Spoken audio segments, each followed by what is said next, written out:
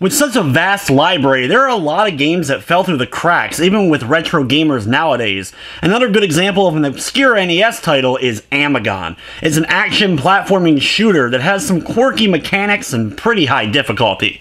But is Amagon worth playing today?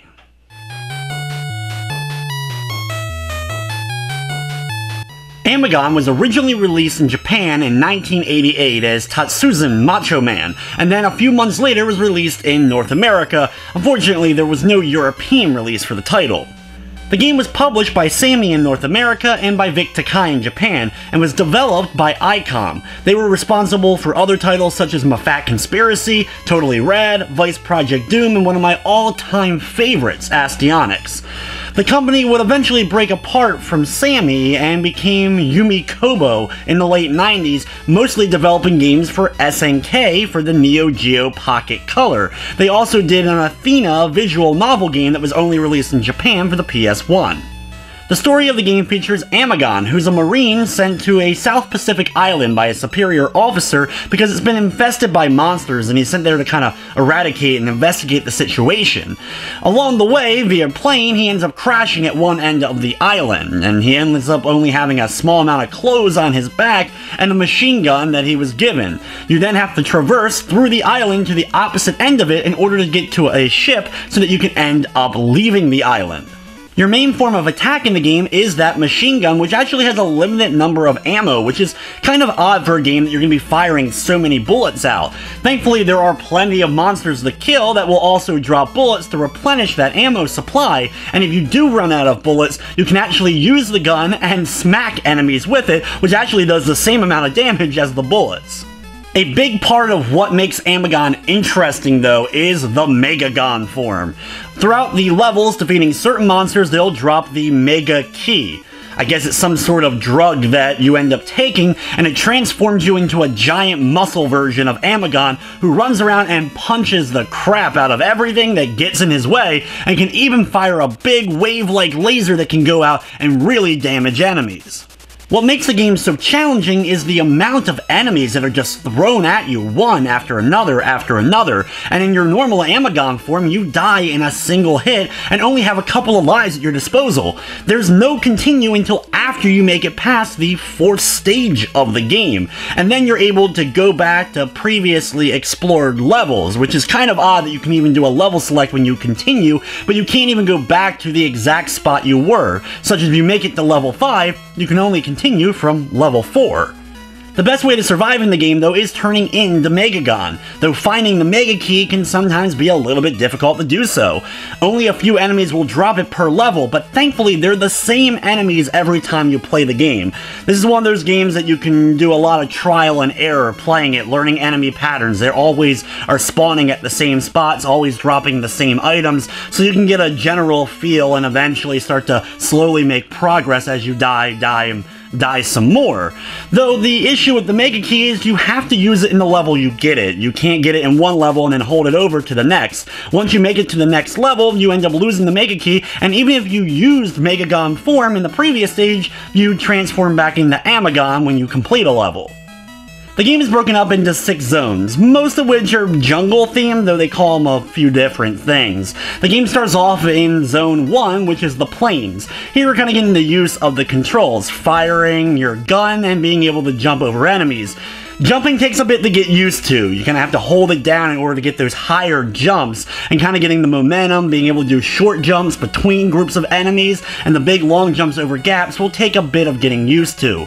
The game also has a very weird mechanic with edges. When you get near one and kind of walk off the edge of a platform, you slide a tiny bit at the end of it and end up getting a little bit of speed, but sometimes you can accidentally run into enemies or even bypass enemies because of this.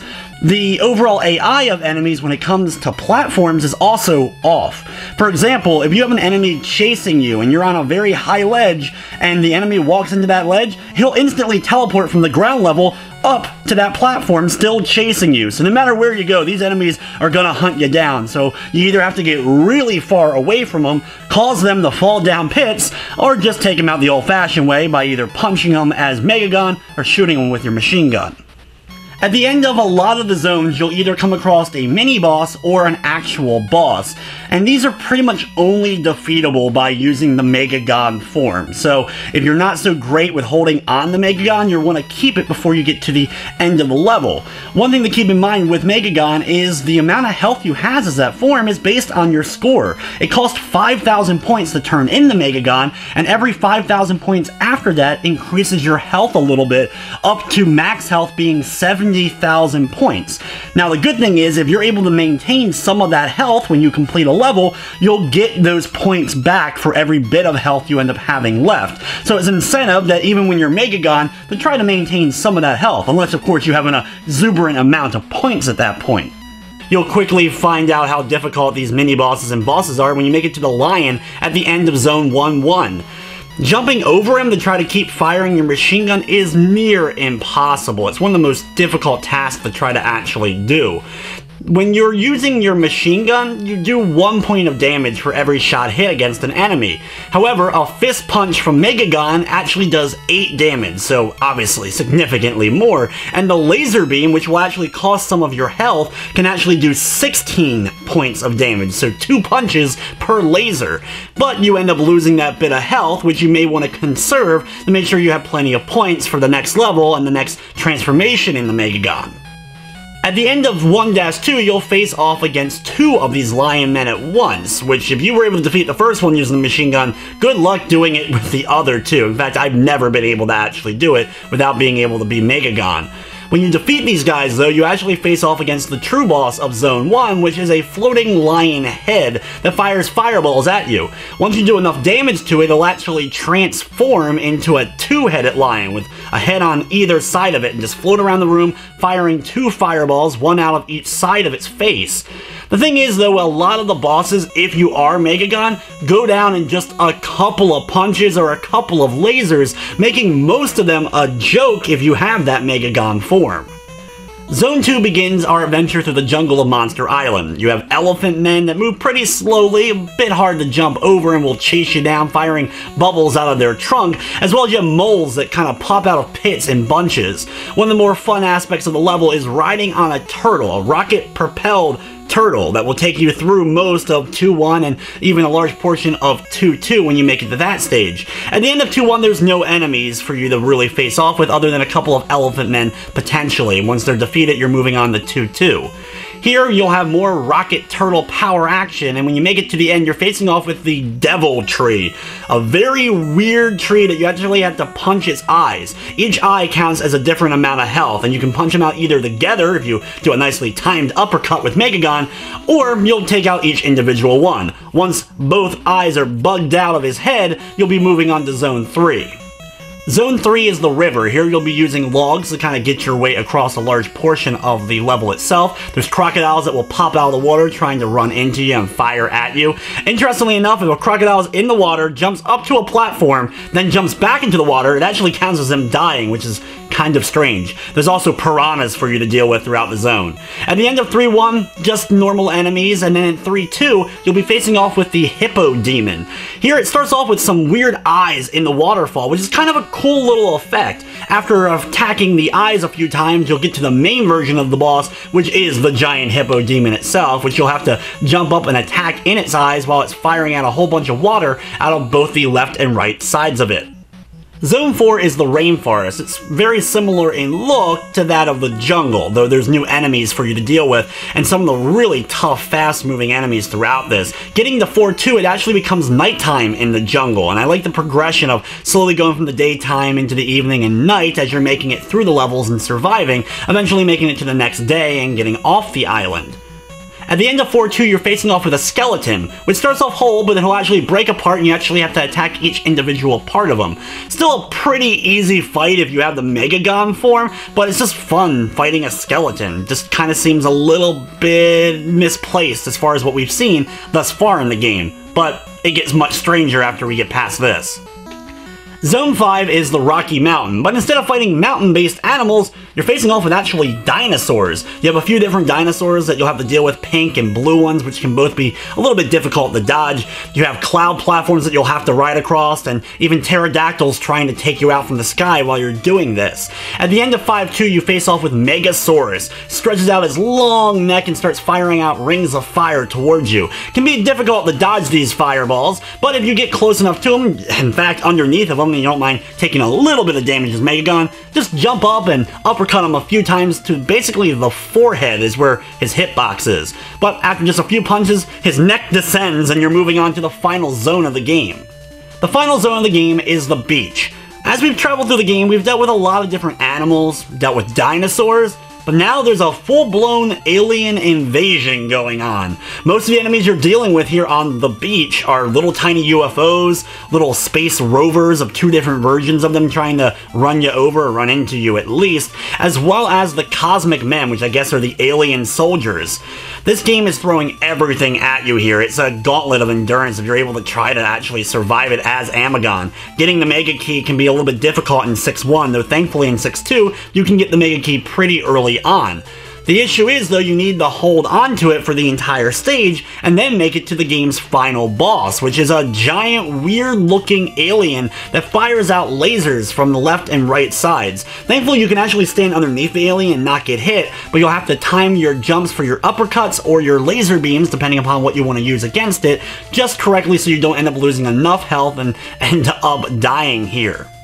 When you do complete the game, it's a pretty mediocre ending, just a single screen and some text, so don't get your hopes up for seeing something grand. Though the Japanese version did actually include a slightly extended ending featuring a credits sequence, which was removed from the North American version. Doesn't really add a whole lot more to it, but still would have been a little bit nicer than just the one screen and text that we got here. The most interesting aspect, though, about the final boss is in its design. It's very reminiscent of the Flatwoods Monster.